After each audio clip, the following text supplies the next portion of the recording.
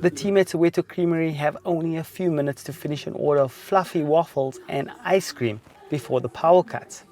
This is the new normal in South Africa, which experienced more than 200 days of blackouts imposed by state power company Eskom last year. Known as load shedding, the cuts can happen with only a few hours' notice and last up to 12 hours per day, putting frozen stocks at risk. Ice cream has a particular structure.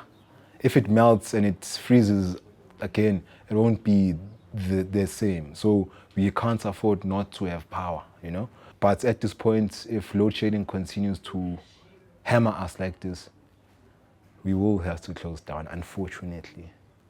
President Cyril Ramaphosa a year ago publicly praised Soweto Creamery for opening its doors using the government's monthly $23 COVID grant.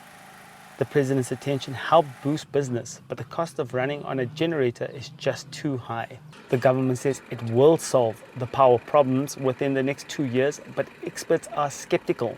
But unfortunately, the sad reality is, according to my projections, that load shedding is projected to double over the next 5 years and not be resolved within 5 years, but actually double and come to a peak in 5 years' time. And only now that things are already coming to a head and pretty much the system is breaking, are we seeing the government now making moves and making steps in the right direction of writing up the legislature that would oversee the unbundling of Eskom and independent power producers coming onto the grid.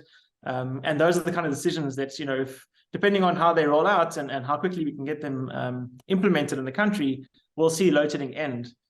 Economists warn the energy crisis could plunge South Africa into a recession, worsening unemployment, already at a record 1/3 of the population.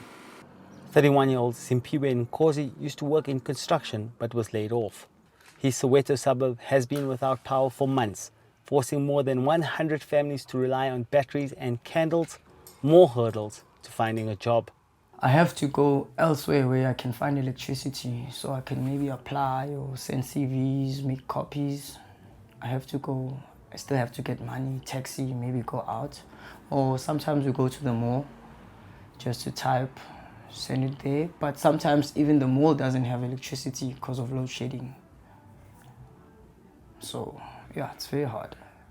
With just 1 year before elections, South Africa's government has declared ending power cuts its top priority. But it's a promise the ruling African National Congress Party has been making for nearly a decade, and South Africans are losing patience. Zaheer Cassim for VOANews, Johannesburg.